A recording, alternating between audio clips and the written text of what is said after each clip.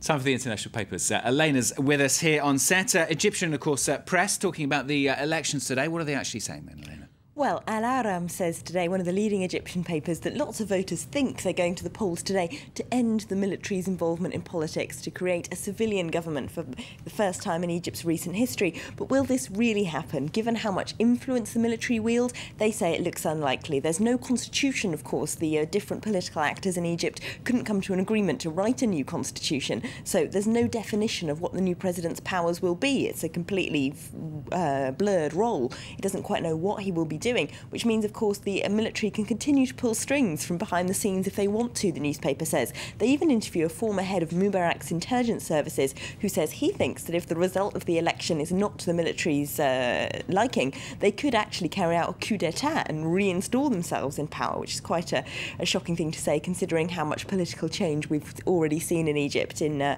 recent months. Now, that paper, Al Aram, backs Amr Moussa. They come out and say that he's the best candidate. Of course, he was, of course, close to Mubarak, so he's not exactly a revolutionary candidate, but they reckon he's the best candidate for stability and peace in Egypt. The more left-leaning Egypt Independent, though, really reckons there's no good options among all of these candidates. They talk to a number of young revolutionaries, well, not just young, but people of all ages and classes that descended onto the streets and protested in Tahrir Square and took part in that movement to push out Hosni Mubarak. And they're all saying, we're just going for the least bad option because none of the candidates we feel we can really believe in. Some say they're going for Abdul Futu because he's the candidate that's furthest away from the Mubarak regime, so to signify a clean break, they think that's the best option. Others going for Ahmed Moussa because they're worried about the glowing influence of Islamism in Egyptian politics, but none of them in that article feeling very enthusiastic about their choice of candidate. What about the press outside Egypt? Are they any more enthusiastic?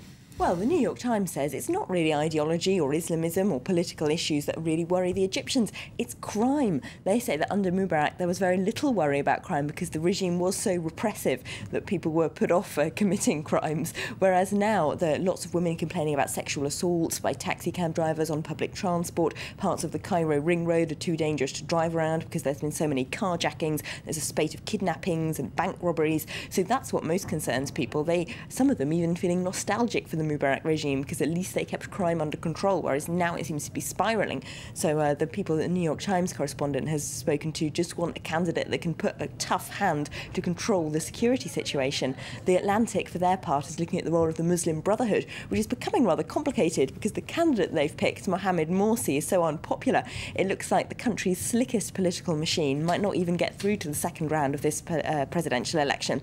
And some of the Muslim Brotherhood actually don't want their supporters to vote for him, because they don't reckon that it would suit them because he probably won't win. They actually would prefer an Amr Moussa presidency because at least they know who Moussa is, he's a known quantity, they can get on with him, whereas Abdul Futu, the other leading candidate, is a defector from the Muslim Brotherhood, so they're not keen to see him win, even though he's the most Islamist leading candidate. OK, well, let's change the subject completely. We're going to go to Canada now. Don't do that often on the press review, but have a look at the Canadian press. This is student demonstrations. We don't often. I was ticked off by a Canadian colleague for not having mentioned this before. Quite right too. Let's have a look at the student demonstrations in Quebec and how they've gone down with the local paper.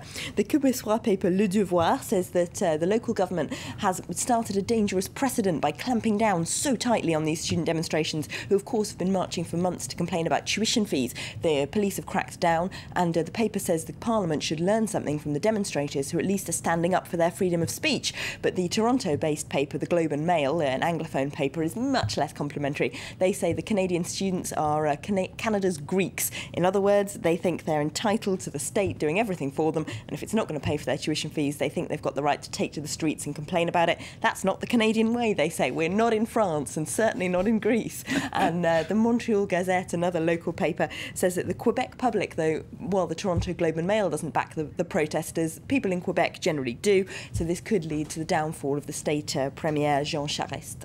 15 seconds to mention an underreported consequence of the weekend's earthquake in Italy. Yes, The Guardian is reporting on frantic efforts to save the year's production of parmesan after a lot of... it is important.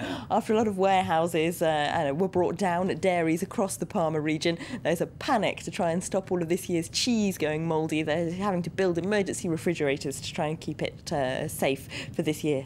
Hope they manage it. I like my parmesan. It's good stuff, isn't it? Elena, thanks very much. Elena, international papers here on France 24.